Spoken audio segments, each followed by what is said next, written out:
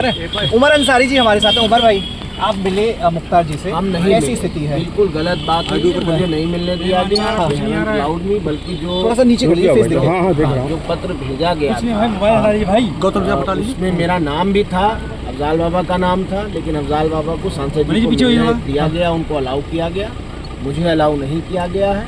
तो मैं इस बारे में कुछ नहीं बता मतलब मिलने नहीं दिया गया आपको? मुझे नहीं मिलने दिया गया। मुझसे स्पष्ट रूप से मैं अपनी आईडी और सब फॉर्मल एक लेटर मैंने अपनी तरफ से एप्लीकेशन लिख के दिया, जिसमें उन्होंने कहा कि नहीं आप कल आ जाइए, कल हम देखते हैं, प्रयास करेंगे बनवाने को। उस पर भी हमें गारंटी नहीं है, लेकिन मैं कल फिर आऊँगा, प्रयास करूँगा कि परमिशन मिले और मैं कल मिलूँ। अच्छा, आपको लग क्या रहा है? क्योंकि जैसे आरोप मुख्तार अंसारी लगा रहे थे, उसके बाद ये घटना होना। भैया लगना क्या है, तो स्पष्ट है, अब तो सब आपके सामने। मेडिकल कॉलेज में वो भर्ती है, आईसीयू में वो एडमिट है। अब इसमें अभी लगने की तो कोई बात रह नहीं गई। वो स्वस्थ हो जाए, वो ठीक हो जाए, वो बेहतर हो जाए। मेरा सवाल रमजान का 5 महीना चल रहा, हम लोग यही दुआ यही प्रार्थना कर रहे हैं। मैं रोजे से हूँ और हम लोग बहुत परेशान हैं, लेकिन हमें ऊपर वाले पर यकीन है और ईमान है हमारा कि मौत और जिंदगी का मालिक सिवाय अल्लाह के कोई नहीं है। जेल में ही उनको जहर दिया गया था, वो लखनऊ के पीजीआई अस्पताल में एडमिट रहे और तबीयत उनकी बहुत दिन खराब रही। उसके बाद फिर ले आके वापस बांदा में उनको वो किया, ले आके रखा। लेकिन बात ये है कि सब कुछ आपके सामने है, खाना आप दोगे, रखेंगे आप हमें जैसे चाहोगे रखोगे। तो जब रक्षक ही भक्षक बन जाएगा तो फिर क्या कहना है? तो फिर तो वो बचाने वाला वही एक जात ऊपर वाला। 3 अफसर सस्पेंड हुए थे, 2 डिप्टी जेलर और 1 जेलर। ये उनकी प्रशासनिक चीज है, उसमें मैं कुछ नहीं कह सकता हूँ। कौन सस्पेंड हो रहा, कौन बहाल हो रहा, कौन ट्रांसफर हो रहा, हम ये चाहते हैं कि वो जुडिशियल कस्टडी में है। आप कह रहे हैं कि उनके कई मुकदमे अंडर ट्रायल हैं, उनके अंडर ट्रायल मुकदमों के लिए भी वो कस्टडी में हैं। आप अदालत की न्यायिक अभिरक्षा में है, उनकी जान सुरक्षित रहे, वो स्वस्थ रहे, यही हम लोग भी चाहते हैं। और क्या है भाई, ट्रायल करा रहे हैं आप, ट्रायल कराइए, ट्रायल तो हो ही रहा। यहाँ के ट्रीटमेंट से संतुष्ट हैं? कहीं बेहतर? भाई मैंने आपको ये भी रिक्वेस्ट की कि मिलवाइए मत साहब, मैं 900 किलोमीटर चल के आया हूँ रोजा रख के, परेशान हूँ, किस मेंटल स्टेटस में हूँ आप समझ सकते हैं। मैं पुत्र हूँ उनका, मुझे ताकने भी नहीं दिया गया शीशे में से कि देख लीजिए अपने पिता को। तो ये तो जुल्म। अब क्या इस पे बोला जाए और क्या अभी कुछ कहना और सुनना बचा रह गया है? हम लोग सब्र से हैं, कानून के रास्ते से अपनी लड़ाई लड़ेंगे।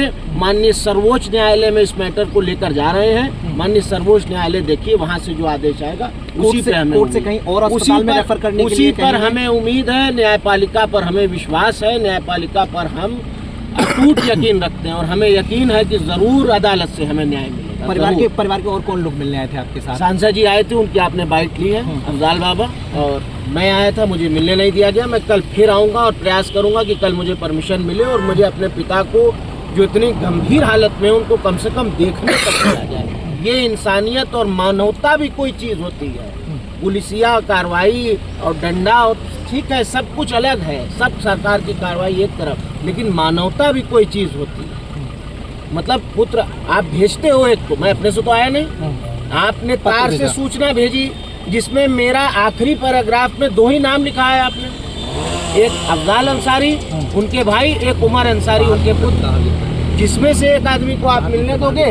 ये देखिए, ये साफ लिखा है मेरा नाम इसमें, आप जाइए दिखाइए भी, ये मैंने सोशल मीडिया पे भी डाला, पुत्र उमर अंसारी और भाई अफजाल अंसारी, सांसद दोनों के नाम लिखे हैं इस पे। लेकिन नहीं मिलने देंगे। क्यों नहीं मिलने देंगे साहब? इसका कोई जवाब नहीं। जाइए कप्तान साहब से मिलिए, जाइए डीएम साहब से मिलिए, जाइए डीआईजी साहब से मिलिए, जाइए डीजी साहब से मिलिए, जाइए मुख्यमंत्री साहब से मिलिए। जानबूझ के चीजें कर रहे हैं। अब सब आप लोग को भी पता है, सब देश भी देख रहा है, दुनिया भी देख रही है और 24 नजदीक है। बस मेरी अभी इस वक्त यही प्रार्थना है कि वो स्वस्थ हो जाए, ठीक हो जाए। 24 में क्या कुछ रहने वाला है? जो होगा भैया वो आपके भी सामने आ जाएगा, हमारे भी अब कितना दिन ही बचा है। मेरी फिलहाल ये कामना है, एक पुत्र होने की नीयत से।